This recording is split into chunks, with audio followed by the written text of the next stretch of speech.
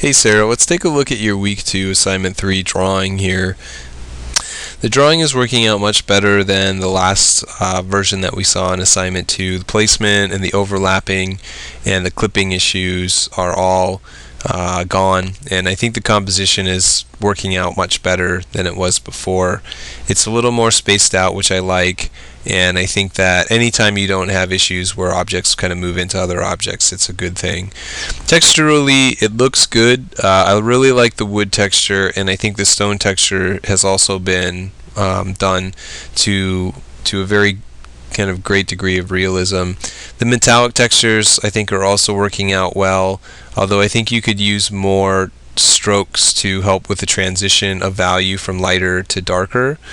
And I think the biggest qualm for me would be that I'd actually like to see a little bit more color in place. You've got a little, just this very small amount of blue in the metallic textures, and then the rest of the color is coming from the wood cubes, which are both the same, and they both have a good amount of color mixture in them, but I think that the rest of the composition not having anything in it makes it feel very monochromatic.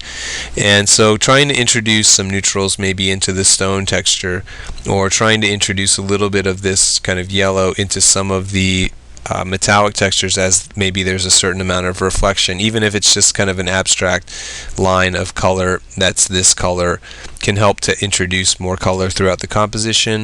I think definitely adding some color to the background and to the ground plane can help as well, because those are areas where you can use it. It doesn't have to be very strong, but you can use it to help kind of contrast the colors that are in place. If you had, say for instance, a very, very kind of transparent light blue, that's going to make the yellow stand out a lot more than it already does. And I think even just laying in a neutral in the background is going to help to create the variation that you need. It just feels very limited in the color aspects of the assignment.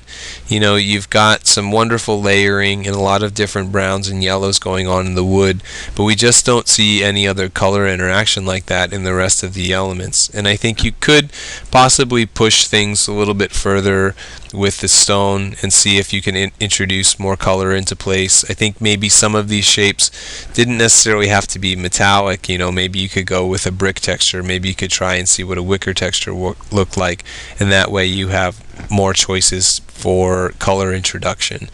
But for me, that'd probably be the main qualm, and probably the only qualm. You've got a value range in place. The shapes are very nicely done. Perspective feels good. You've got a lighting situation. You've got shadows.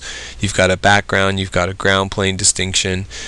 So I would say overall, you know, things are working out really, really well.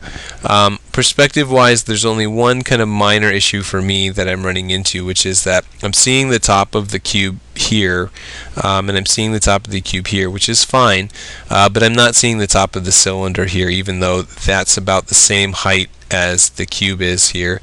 So we should probably be seeing just more of the top rather than not seeing it at all.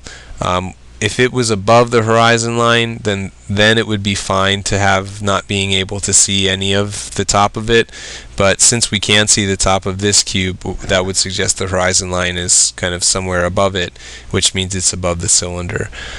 So it's not even necessarily kind of like a plotting out of the perspective. It's just kind of having a good idea of where your horizon line is and making sure your shapes are consistent with it.